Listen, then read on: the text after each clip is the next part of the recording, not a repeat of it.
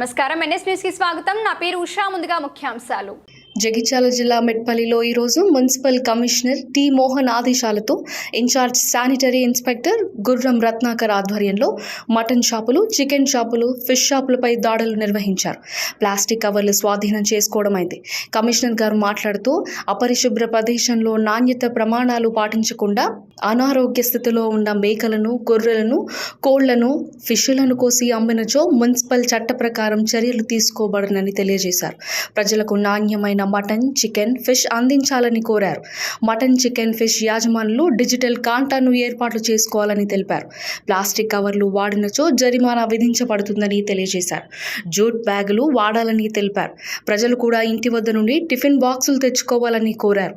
Mutton, chicken, fish వేస్టేజ్ను municipal వాహనాలకు అందివ్వాలని కోరారు. ఈ కార్యక్రమంలో ముజీబ్ నరేష్, అశోక్ పాల్గొన్నారు.